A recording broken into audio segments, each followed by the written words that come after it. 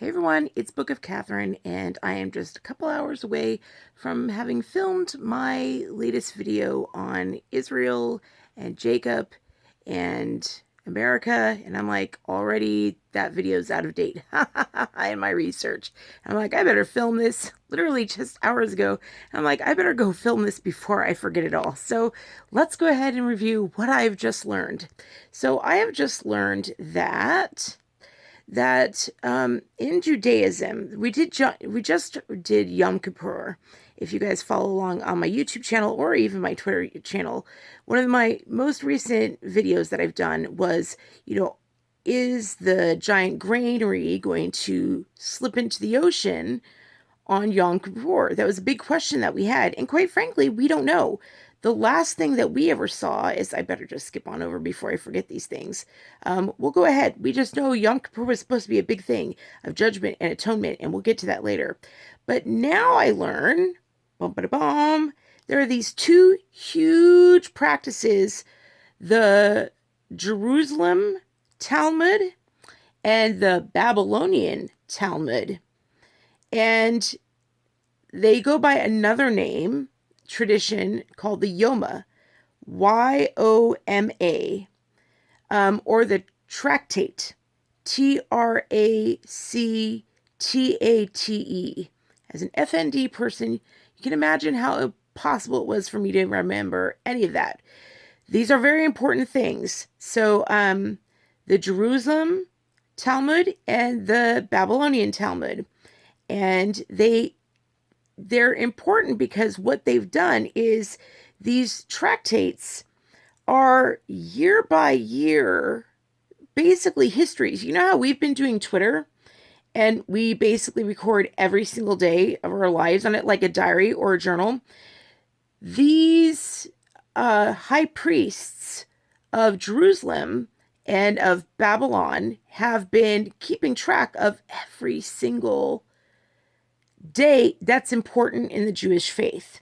So, for example, Yom Kippur is kind of like the most important. It's Yom Kippur apparently is like the most important. Like, it's the Day of Atonement, really, really big. They keep super big records of their Day of Atonement, like super, super. I'm sure it's all the naughty and nice list or whatever. Now I think of it, Santa's probably based on something. But like when I was listening to it about a video on Yom Kippur, I was like, this sounds an awful lot like Lent. It sounds like they just took they just took Yom Kippur and had Catholics do 40 days of it. I'm not even kidding. If you want to know what Yom Kippur is, just take Lent and be like, oh, Judaism only has to do one day of that. Catholics have to do 40. Ugh. So anyway, they go ahead and they do this one day a year. And they're like, even atheists do it. And I was like, what are you talking about? And then I realized Judaism does a lot of things by DNA. And so they go ahead and they practice this, and then they keep very, very strict records. So here's what's interesting.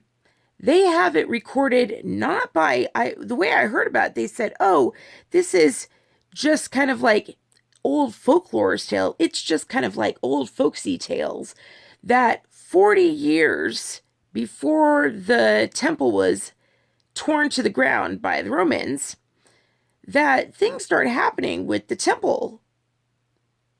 Like all of a sudden they couldn't do the practice like they used to. Like the way they used to do all the temple thing, all the things with the high priest, the way they practiced. Like they go in, they'd open the door, or the way the Hanukkah candles were lit, or the way they took the Azazel, the goats, and they'd wrap it with a red thread, and they'd send the goat off to Azazel, and it would turn white. Oh, no, no, honey. 40 years before the temple was torn down, everything went haywire. Now, they'll tell you on YouTube that this is just tradition. Just tradition. No, no, no, honey. Oh, no, no, honey.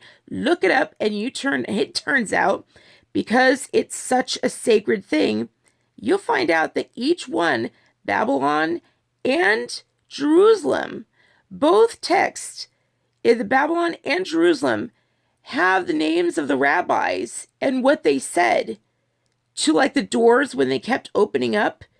Boom, right there in the text. Have the rabbis who got frustrated, what they said when it happened, right down on through. They got pissed that the doors, they got pissed at the temple. They were like yelling at the temple, which I think was pretty funny considering that it kind of showed. I'm so used to reading these texts, I guess. It's the first time in history I've read something outside of the ancient texts that I've heard something.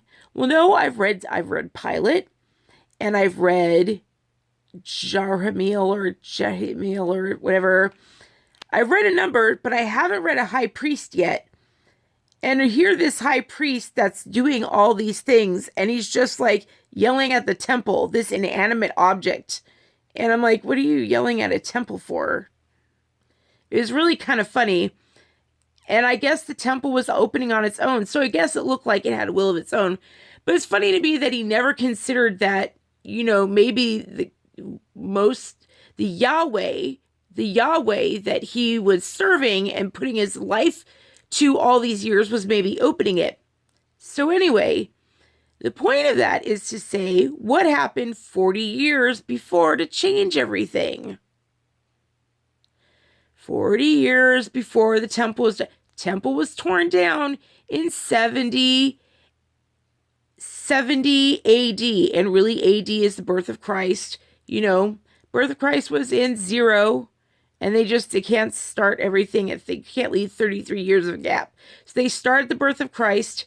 So really, he died in 30 AD or 33 AD. I don't know the exact date or whatever. But 40 years before, that's about the time that the Jesus Christ, I keep calling him their Messiah. It's hard for me to me, it's such an obvious, I don't know, it fits too many of the prophecies. It's kind of like saying Beirut is Babylon. I'm like, sorry, Beirut is Babylon. Like, it's just, we're reading through and we're like, this is this, this is this, this is it. It's really hard for me not to say it's the Messiah. And that's why it's so funny reading through Pilate's letters, how quickly it went by. It seems to me like John the Baptist was more of an event than the arrival and departure of Jesus Christ, to be honest. It really seems like that was it. It seems like the big upheaval was this whole 40 years of the temples all of a sudden not going so well. And that might have had to do with why there was suddenly the Jewish rebellion. And that probably had a lot. Oh, that probably did.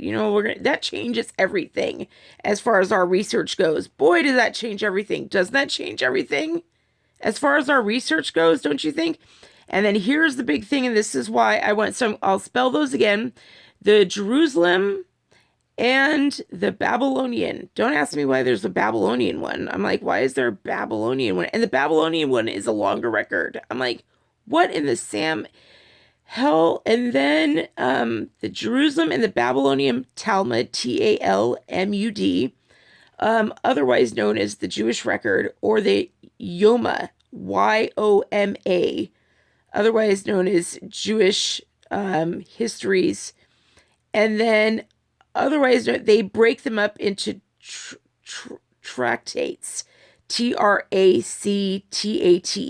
For example, the Yom Kippur history is the 5th tractate. Oh, I'm so proud of myself. I did so good. 5th tractate of the Yom Kippur. And in the 5th tractate, you will find, in the 5th tractate, you will find that, in the 5th tractate is where you will find that each rabbi's name and what they said. And I'm going to leave the kiss with you guys on this one. Blow your mind. I'd like to know why this is.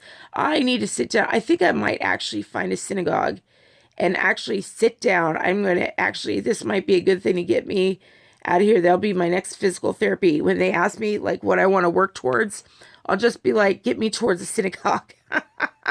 Because I'm going to have a question. And you know what my question is going to be? I'm going to say, so, I'm reading this tractate of yours. this fifth tractate of this Yom Kippur. They're probably going to tell me it doesn't exist, and I don't care. I'm going to be this fifth tractate. I'm going to be like this fifth tractate here of Yom Kippur. I'm going to say that this rabbi here, right here, this rabbi here, when the doors swung open before they could even get to it, I know he wanted to open the doors himself, but the doors would swing open anyway for him. Boom, open, as in to say the atonement's already been done. This is the point. I should say, this is the whole point, is that the atonement's been done. The priest didn't have to do anything. On the big day of atonement for Yom Kippur, the priest didn't have to do anything. The temple would open up. The red thread would be all done. Everything would be done for them. That was the problem. That was the big freaking problem, is that it would be all done. That was the problem. And so everything, the whole temple would just be like, come on in, come on in. Da, da, da. Everything would be floating. All the lights would flicker out. Everything would, none of the candles would stay lit. And the priests were like, we're useless. This temple won't let us do anything. And that was the whole thing, is because according to Jesus Christ, he said, I am the temple now. And that's why everyone says this third temple is going to be raised up. And I'm like, knock, knock, knock. You know, Jesus Christ says he is the temple. Jesus Christ is the third temple. I'm wondering if he's walking around. I'm like, that's the third temple. That's the third temple. He's over, you know, in America. That's where everyone who believes in Jesus Christ in this world walks their butt on over to America. Or haven't you noticed? Haven't you noticed that if you don't live in America, you die? You know, if you believe in that faith, you know, you cannot, Pope certainly hasn't, Pope removed the name Jesus Christ from his little list. That recently he went and met with Islam, shook their hand, came home and removed Jesus Christ from his front of his folder. And boy, when Trump has all of his religious persecution summits, you don't see the Pope, or they even have a big march, a big prayer march, and there wasn't a single priest, bishop, none anywhere. So when the Rome, we finally saw all the tapes from Rome of all of these like landslides happening and all these, you know, and all you saw for like all these landslides of homes crushing, all you saw were nuns and priests running. And you're like, oh boy, doesn't this just fall in with Beirut? You're like, it just felt a little different after seeing all these prayer marches, all these religious persecution summits, and no Catholic clergy around to be found anywhere. But they're at climate change summits for dang sure, making sure that your rights are taken away. You know what I mean? Making for dang sure that you lose the right to be seen as an equal in society. You know what I mean? Lose your private land rights, lose the right to own your own car, lose the right to own your own parking space, lose the right to own your own apartment, lose the right to own your own land, lose the right to use the land for what you want to use it for. That owning private property is like a sin against the world. I mean, oh my gosh, the amount of things, you know.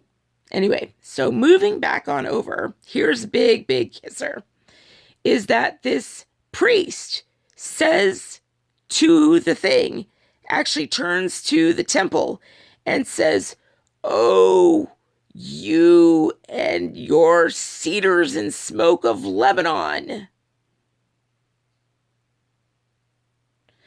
why dost thou do this? Oh, I know thy cedars of Lebanon smoke. And I was just like, what? And he quoted something from Leviticus. Why is he talking to a temple in Jerusalem about Lebanon cedars? Why am I reading that?